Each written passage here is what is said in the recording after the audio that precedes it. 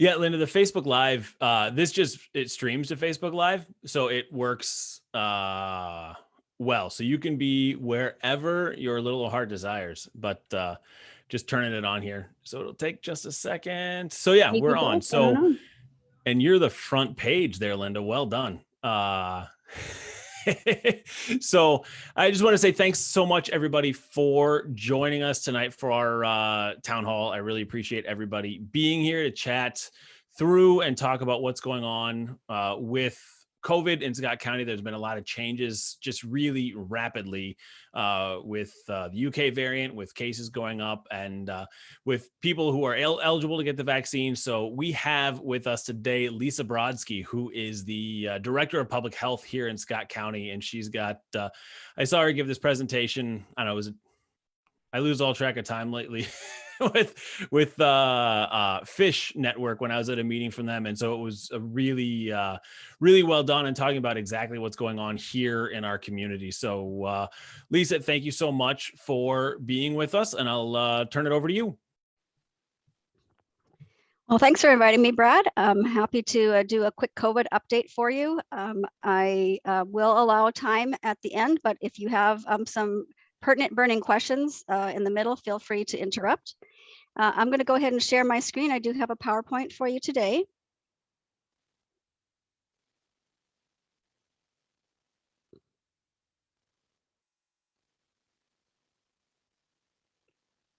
And hopefully you can see that. Yes? Yep, we can see it. It looks perfect. Thank you. Great. Okay. I was going to talk a little bit about our cases. Oh, I'm sorry. I don't know what's happening, Brad. I'm not doing anything. So I'm going to back this up. I don't know why it did that. Ghosts. Okay. I talk a little bit about what COVID in Scott County looks like today. As of today, this evening, it's a pretty close count up to date. We've had about 14,159 positive cases in Scott County. That's individuals that reside in Scott County. And we track these daily. The slide on the screen is daily since November. You can see we've had quite a spike around mid-November, around Thanksgiving time, where we started to taper off, a little bit of a spike in January, and it's been going downhill since then. One of the things that has been concerning, one of the things that has been concerning is lately we're starting to see quite a few more cases in the last couple of weeks, and we're watching that pretty closely. The other trend that we are concerned about is the ages of the COVID cases, particularly the ones that we're seeing lately. When we first started, we saw a lot of cases around that 65 plus in that range, and that's where we see a lot of the very negative outcomes. Lately, we've had quite a big spike in the 0 to 17 cases. We were pretty much hovering around the 15% or lower of all cases up until about a month ago. And we've had quite a big jump in the number of kids that we're seeing in Scott County that have been positive with COVID. Let's switch to vaccines for a moment. This is who's been vaccinated in Scott County. So as of 3/20, we have almost 30,000 people have started with at least one dose of vaccine. 16,734 have completed their vaccines, and that represents about 20% of the population. Overall, in the blue box at the bottom, these are state statistics. I'm very, very pleased that our initial goal was to reach 70% of people 65 plus with at least one shot. The state overall is hovering around 80% at this time. That's really good to see. In Scott County, we reached 78% for Scott County about a week ago, and also very pleased. My stretch goal on that right now is about 85%. That overall in the population, about 50% in a population tend to have been getting vaccinated. We're seeing a lot higher uptake in the senior population with obvious reasons because of the possibility of very negative outcomes.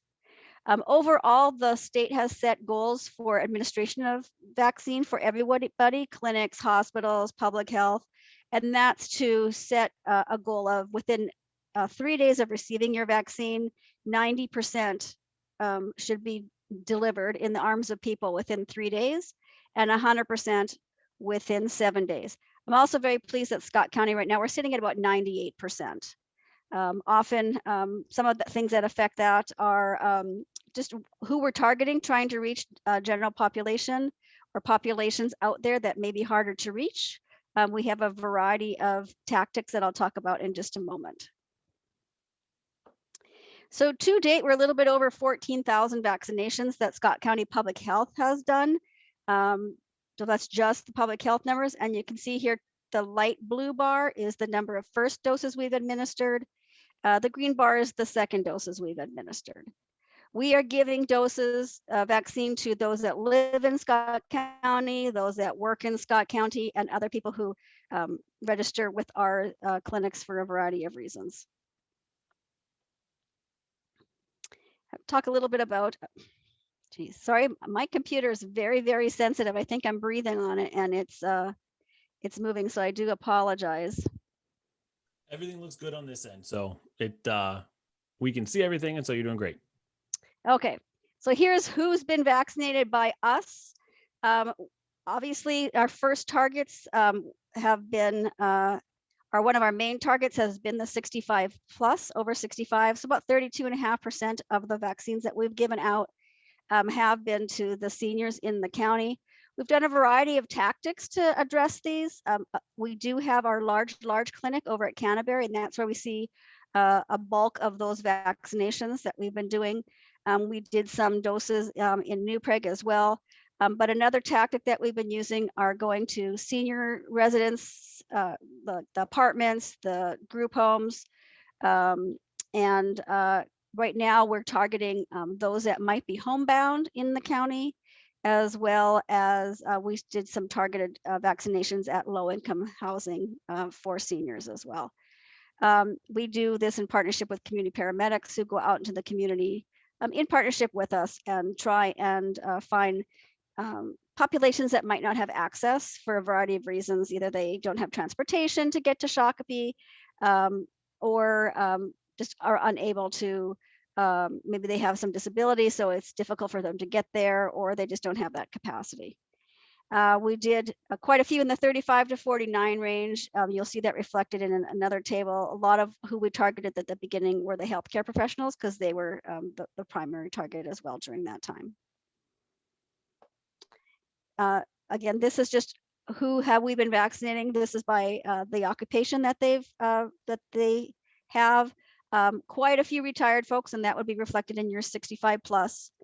We did a lot. All of the teachers and the school personnel in the county have been offered vaccine as of last week. So we believe we're pretty much done that group.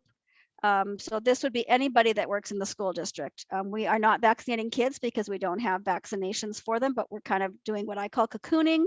So anybody who's around kids, we're trying to vaccinate them as much as possible. So not only did we do teachers, but we also did the bus drivers, the people who work in the lunchroom, the janitor staff. So anybody who might be exposed to children, because we do know that they could be asymptomatic and carriers. So we did them as much as possible. We also are now targeting childcare. We did quite a few childcare last week, and we'll continue to do those groups as needed. So right now, the big target for last week and this week is those that are responsible for food processing, food production, food manufacturing, and food retail. So, and restaurants. Anybody that works in a restaurant can now get vaccinated. And those that work, like for example, in Cub Foods or Super America, anyone that's licensed for food from the Department of Ag is now on our list, as well as manufacturing. So this is just the different occupations. Also farmers. We have a lot of farmers in our county, and we have been reaching out to them as well to get them to come get vaccinated. I think we did about 50 farmers last week, and hopefully we'll do quite a few more in our coming weeks. This is just who we vaccinated by race. I am actually very pleased by this number. We know Scott County sits at about 88.5% white. Right now, looking at who we vaccinated, we're at about 85% white. and a good representation of our community here on this slide. We've reached about 3.2% of our vaccinations have been done for Hispanics. This is pretty reflective of our population, and we'll continue to do so. As more and more vaccines become available at more and more places throughout the county, what Scott County Public Health will do is really kind of take a step back and not be a primary vaccinator, but really focus on those populations that have gaps and can't access vaccines. That's really the role of Scott County Public Health.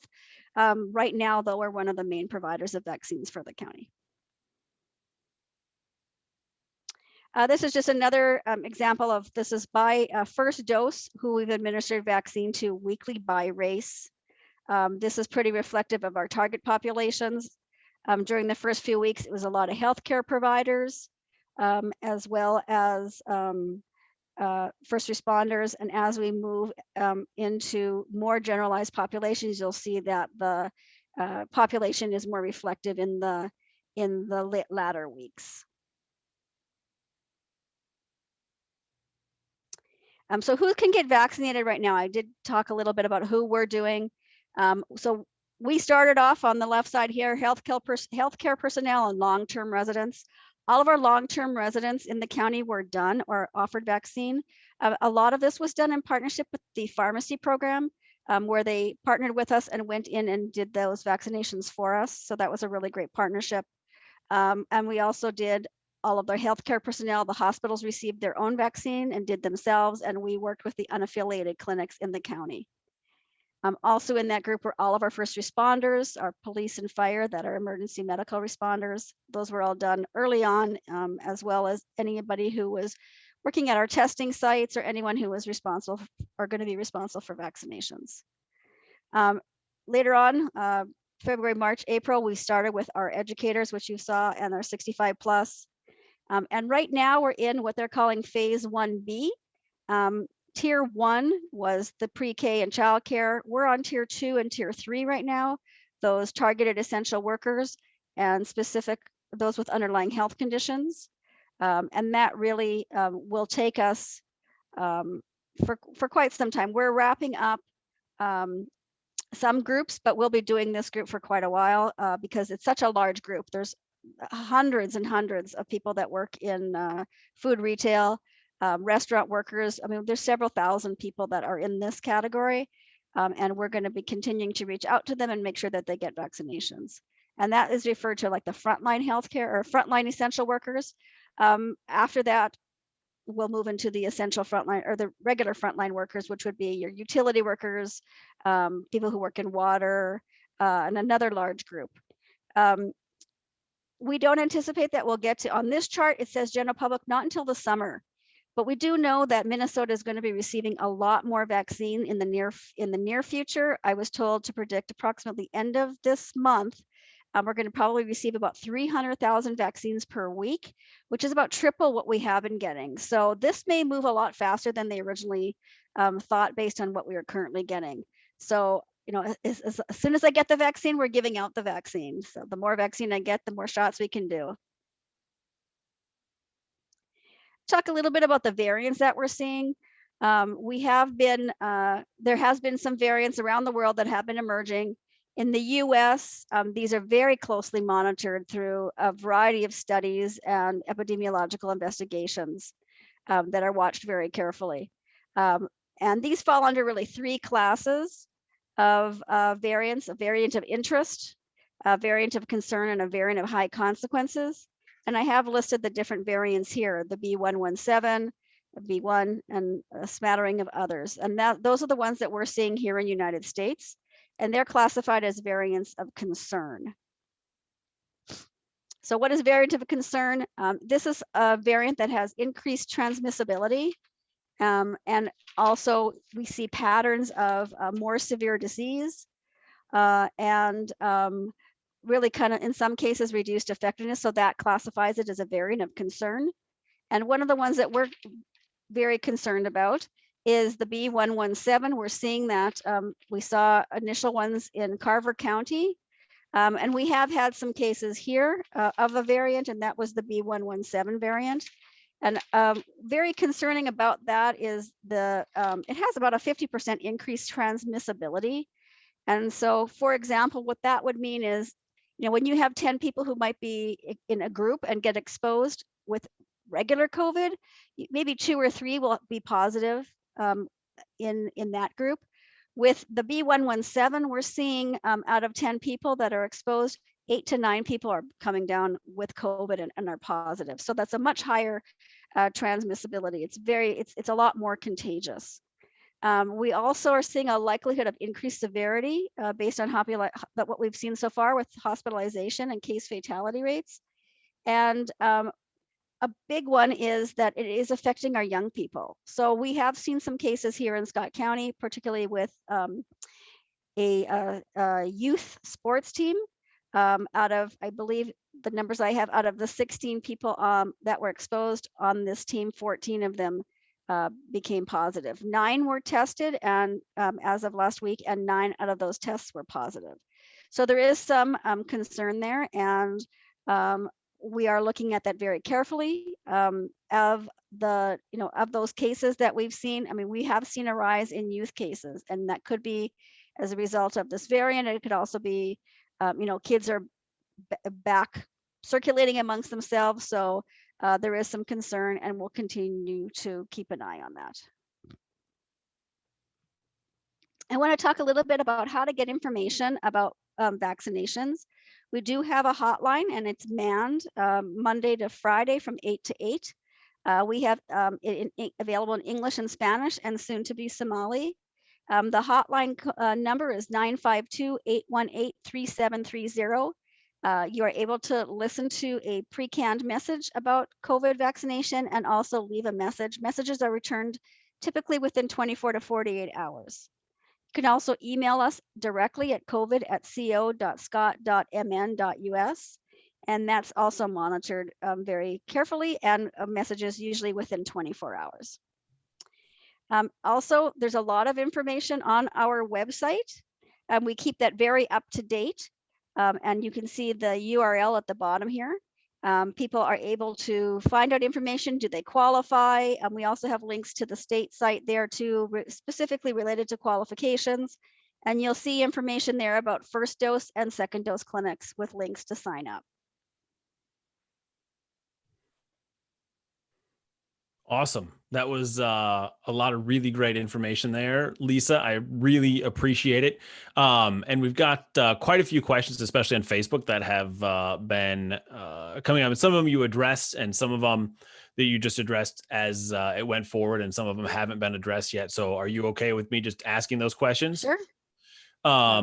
First, before we get there, I just want to let everybody who's on here know that the school board has just, within the last couple minutes, we need to have somebody with a little breaking news, little sound for us. But the school board has just voted to push back the start date for full in-person by a week. And so they, where we were on the 14th, full in-person is going back to the 20th. And I really appreciate the school board doing that with all the things going on right now and the unknowns that have happened just in the last week with the hockey teams getting so many kids getting sick and it spreading at school. And it's a really, I think it's a really great decision by them.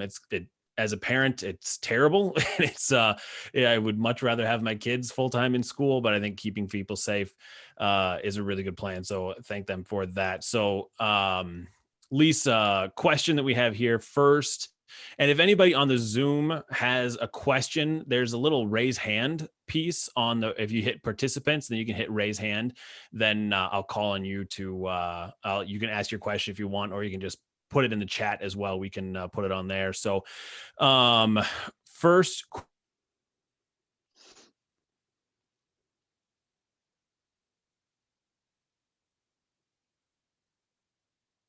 oops, sorry about that. I was vaccinated in Minneapolis. Are they able to track Scott County residents who've been vaccinated other places?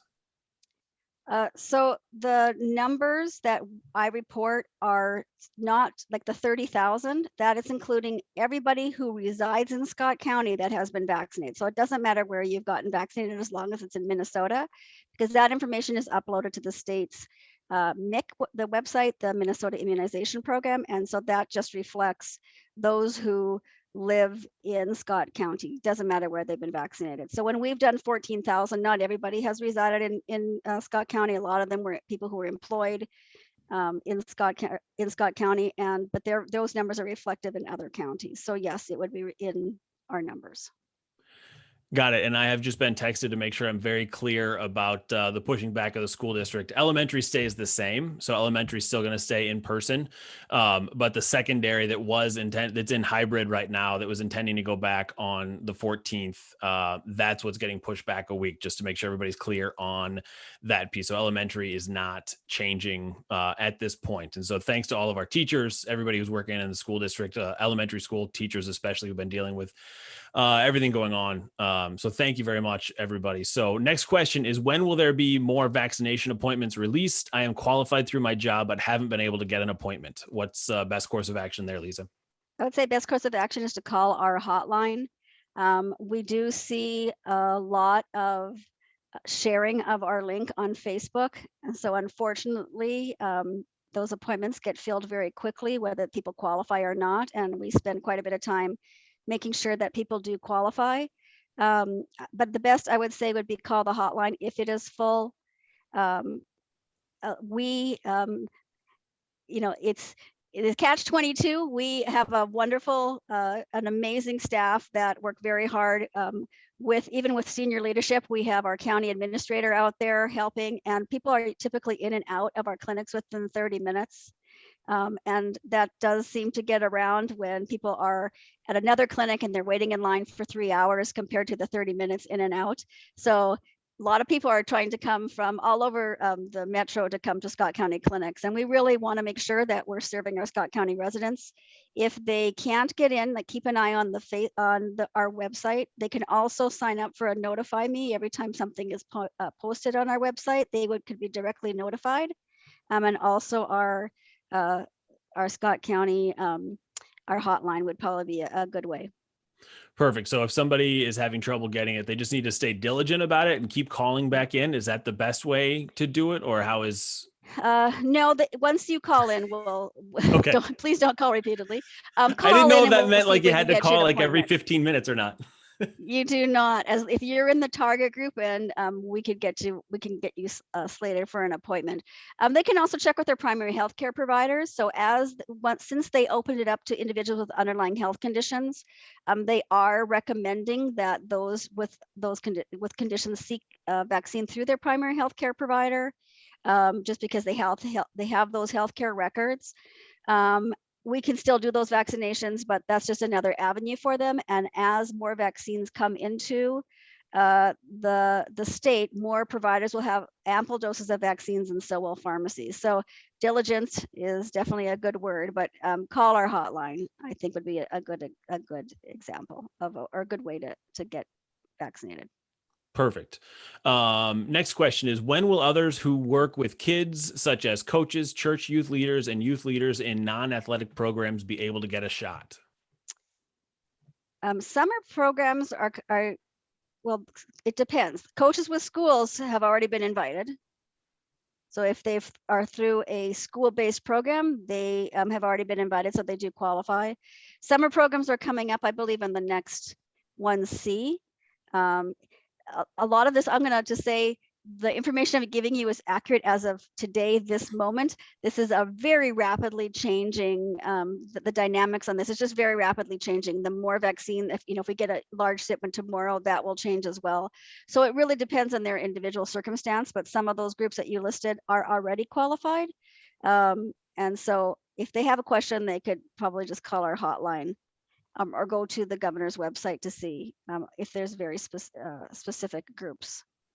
Perfect. And a question that I was asked earlier today that I didn't know exactly the answer on, it's basically the same thing. What do people have to do to prove, like, let's say they are a youth athletic coach that's affiliated with the school, like you just said, was somebody who is qualified. What do people have? Do they have to bring something with them when they come to get the vaccine in order to say that, hey, I do X, Y, Z, and so therefore I'm qualified, or how does that work? Yeah, we do ask that they bring two things. One, just a basic ID or something that attaches their name to a photo. It could be a Sam's card club or a Costco card club or something from the console or the registration, just to show that they are who they say they are, as well as to prove employment or that you're in the target group. We ask that you bring like a work badge. The individual from Domino's called me the other day. I said, wear your Domino shirt and your Domino's hat. You know, as long as we can tie you to that industry. Some people are showing pay stubs or a letter from their employer, or if it's in the case of an unpaid healthcare provider, just a letter from that industry, just to describe what they're doing, and to show it when they come to the clinic. So just something that really kind of ties them to that, or just self-attest for like other health conditions where they don't need to bring medical notes from their doctor or anything. This is a question I know you've answered, Lisa, but I just want to reiterate this because it's really important. But April asked, where can we sign up to get a vaccine? I would go to the Scott County Public Health website, and there's information very specifically about who qualifies right now, who is eligible. First dose clinics, if there's spaces at the first dose clinic, there'll be a link there.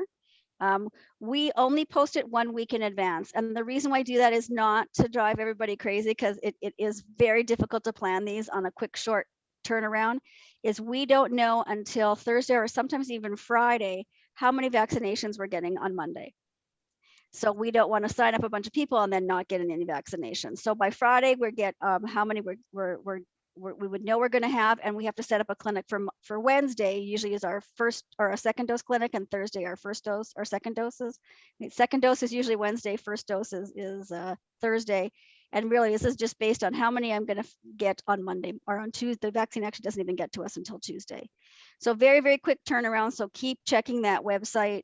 We typically update those on Friday as soon as I get confirmation from the state on how many vaccine I'm getting. And just another note, we currently only have the Moderna vaccine. We may be getting some Johnson & Johnson. So the difference in that is the Moderna is you have to be 18 and above, and it's 2 shots. First shot, or the second shot is 24 to 28 days after the first shot or after. When we do have Johnson & Johnson, we'll have separate clinics for that. That's just the 1 shot there. All right, Jim, looks like you got your hand up there. You can unmute and ask your question. Yeah, at the beginning of the talk, we had a brief discussion about signing up as a provider. And early on in the pandemic, there had been some talk about retired physicians and nurses getting back into the healthcare workforce, and hasn't been much talk about that later, but it would seem, as you're talking about expanding the quantity of vaccine coming available. I know I've got a daughter that's been giving shots, and she's been worked pretty hard over the last 2 months. So why don't you speak to what the need is, if so, for providers? So we actually have a unique model in the state that lately I've received a lot of questions on, because I think people are going to probably start duplicating our model. Our vaccinators are a combination of our public health staff, as well as our community paramedics through our medical director and Goosebusters Inc. We have a contract with them, and we're using quite a few of those community paramedics. So that's EMTs and paramedics in the community that are licensed. Through that contract, we've been able to get an additional 25 or so vaccinators. And as well as we do have some retired nurses and physicians that have come out of retirement and have signed up as volunteers with Scott County and our Medical Reserve Corps. They can go on our Minnesota Response page and sign up to get information on Scott County, or they can also go to the Scott County website and sign up for as a volunteer. There's an application on there. We use quite a few volunteers from the community. We also have some non-medical roles, like ushers and greeters that are being filled by some volunteers. This is really a Herculean effort. These clinics are 10 to 12 hours long. Right now, we're doing them twice a week. The big ones, when we start needing to do 6,000 vaccinations, we may be running clinics 4 to 5 times a week. So, well, it sounds like a lot. You know, we have 30 people or so on our roster. To do this I anticipate we're going to be doing this for at least 6 more months. It's a long time to ask for volunteers, and people burn out. So we're hoping to get as many people as possible that want to volunteer and assist us. There's a training for the vaccinators that we talked a little bit about earlier on our call. It's a little bit more in depth. So we're always looking for people who want to volunteer. And it doesn't just have to be people who want to give shots. We could use anybody who wants to also assist with community outreach, or just even on the day of the clinic to help direct bodies and making sure they get to the right place. Perfect. And where do people go, just to make sure everybody got that? Where do people go to volunteer? So they can go to the Minnesota Responds state website to sign up as a volunteer if you're medical, or they can go to the Scott County webpage, just type in volunteer opportunities, and there is an application there that they can complete. And that goes to our volunteer coordinator, who will get them registered. Awesome. All right. Next question. And we're bumping up against your end time here. Sorry, Lisa, I don't want to keep you too late, but are you working a lot lately? Yeah, a little bit. I wasn't feeling well the other day, and I joked with my staff saying, well, I only worked 10 to 12 hours today because I wasn't feeling well. So yeah, they've been really long days. I have to say, all my staff are amazingly dedicated and committed, especially on a clinic day. And on some occasions when we have leftover doses, I make them stay until I find at least, the one last person. And on a Friday night at 8:30 p.m., they're not so appreciative of that. But we will not waste one dose. Is like liquid gold. So we go through the list of people who are actually qualifying and try and get additional people there if there is an open vial. Got it. Perfect. So next question, can teenagers who work in restaurants get the vaccine now? They cannot. There are doing some pediatric vaccination testing. I think they're in phase 2 right now. It'll probably be a couple more months before that vaccination is available. So you have to be 18 for the Moderna vaccine, and for Pfizer, I believe it's 16. So if someone is younger, they can maybe try Pfizer through their healthcare provider, but right now we only have the Moderna vaccine. I would anticipate, 3 or 4 months we'll hopefully have vaccine available, and we'll just start all over again and do all the kids. So this is an ongoing thing. Yeah. So next question from Charlene, is any data on vaccine efficacy rates with the variants? The last thing I heard, which was late last week, was that the vaccine is protective for the variants at this time, from what we know. I do not have any efficacy data handy at the moment. Perfect. Jenny asks, any data on COVID transmission occurring in the schools? Yes, we monitor that very carefully. And I have to say the superintendents are doing an amazing job. We have a weekly call with them. They're very engaged. They still have and are working very carefully to ensure all precautions are put in place. We have not seen a lot of cases in the last little while. As cases are going up, and even when we're seeing the 0 to 17 numbers rise, we have not seen a lot of cases in the school lately. When we talk about school sports teams, the kids may be related to the school, but they're out playing sports, and afterwards they're getting together, they're socializing, they're having sleepovers, they're going to restaurants. So the team may be getting COVID, but that not necessarily is directly related to transmission in the school. I really think that they've been doing an amazing job following the rules and being very diligent. As we continue, as more people get vaccinated, I do see some relaxing of some of the precautions in the community. Kids walking out of schools, taking off their masks. We really need to stay. If there's anything I can't stress enough, especially related to the variants, is we can't relax on the precautions. We still need to be staying 6-foot social distancing, wearing our mask, covering our cough, washing our hands. Those are so critical, especially with our young people. Perfect. And we've just got a couple more questions here, Lisa, and then any other questions that people have, I will put them together in an email and send them out, and then Certainly. we can post questions on here. And that goes for any questions if people are watching this into the future, as to if you have questions that aren't answered in the video, then we'll we'll get those answered for you. And we'll put also the links in the comment section here too. So Alicia asked, Lisa, can you speak to what initiatives Scott County has in place to vaccinate those with disabilities and those incarcerated? Certainly. So we, as far as those with disabilities, we have done quite a bit of outreach in the community. We did, we vaccinated like adult foster care, adult group homes. A lot of those were individuals with disabilities. We are currently going to rental properties, like the high apartments that we know have a lot of individuals with disabilities there. We reached out to our home care agencies that provide those like PCA services and cleaning chores to identify those that may be homebound or unable to get to a clinic, as well as we have a drive-up option. When you get to the clinic, if you have some mobility issues, or just, very, very senior, instead of having to go inside the building, we have a drive-up option where they just drive up to the building and we get them vaccinated right in their car. We continue to do outreach in that respect, trying to reach as many people as possible. What was the other disabilities and what was the other one? Incarcerated. So we do have a jail, and we have actually just received some Johnson & Johnson vaccination for those individuals in our correctional facility.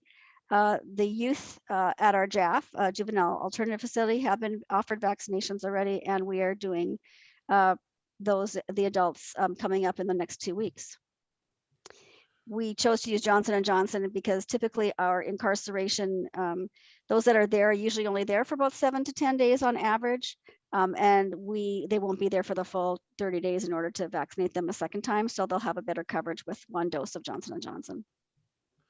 Got it. And I think that answers all of our questions here that we had come in. I hope I didn't miss anybody, but if I did, let me know and we'll get an answer for folks. But Lisa, I can't thank you enough for coming and sharing all this and just all the incredible work you and your team and the county and the state and everybody's doing. It's huge, huge work, and it's going to get us back to a world we can live in again, which is really, really important, and save a lot of lives and take care of our community. So before we go, do you have anything else you want to talk about? Any parting words, and then you can go live the rest of your night by, I'm assuming, returning emails or going to sleep, whatever you want to do. Returning emails. I just thank you for inviting me. It's efforts like these actually to help get the word out to folks. Our big push in the next few weeks is really limited English, the BIPOC population. We want to make sure that everybody has access to vaccines as it becomes available. So please help us get the word out of where to find information, and continue to be diligent on those precautions for COVID. We want to return to normal. I don't really think it's going to ever go, I call it the new normal. So we may not get back to where we were before, but we hope that we can get as close as possible and learn from this. Right, exactly. Perfect. Well, again, thank you so much, Lisa. I really, really appreciate it. And is there anywhere public that slide deck is, if people wanted to go back and look at any of the slides, or if not, don't worry about it. You can post it on your Facebook. Can you add it to the Facebook? I can. I'll send you the final, and you can certainly post it on Facebook.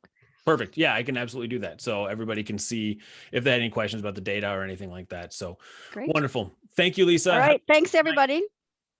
Good night. So we'll stick on here for a little bit longer. If anybody has questions or has anything they want to talk about, I don't know if there's anything else we need to discuss here at all, but I just want to again thank Lisa for all of the work that she's doing. It's been incredible. I've known Lisa for a while, and just the amount of stuff that's been happening has been crazy. And so with that as well, it is really just to reiterate, the UK variant is, at least me, scares me. It makes me really nervous where we're at today, specifically here in Shakopee and specifically here in Scott and Carver counties, and for people to be diligent. Like I have been a really good kid and been going to the gym most every day for the last month or so, 3 times a week kind of thing.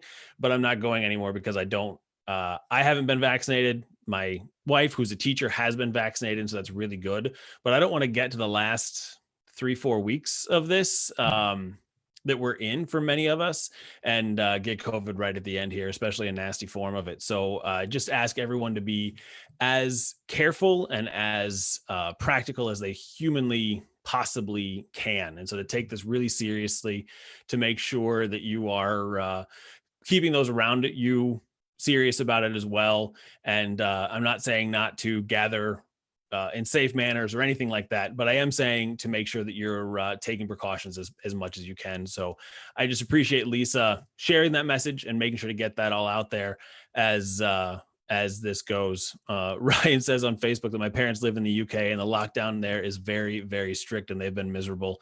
And we're luckily we have a lot of folks who have been vaccinated, but it's very possible that this gets worse again. I don't want to Osterholm it by being super negative and cranky about the whole thing, but it is really important that everybody takes this seriously as we get to the ending times here. So that's where we're at. If anybody has questions, I'll post the links that we talked about in the comments. I'll post the slide deck in the comments there so everybody can look at them on Facebook.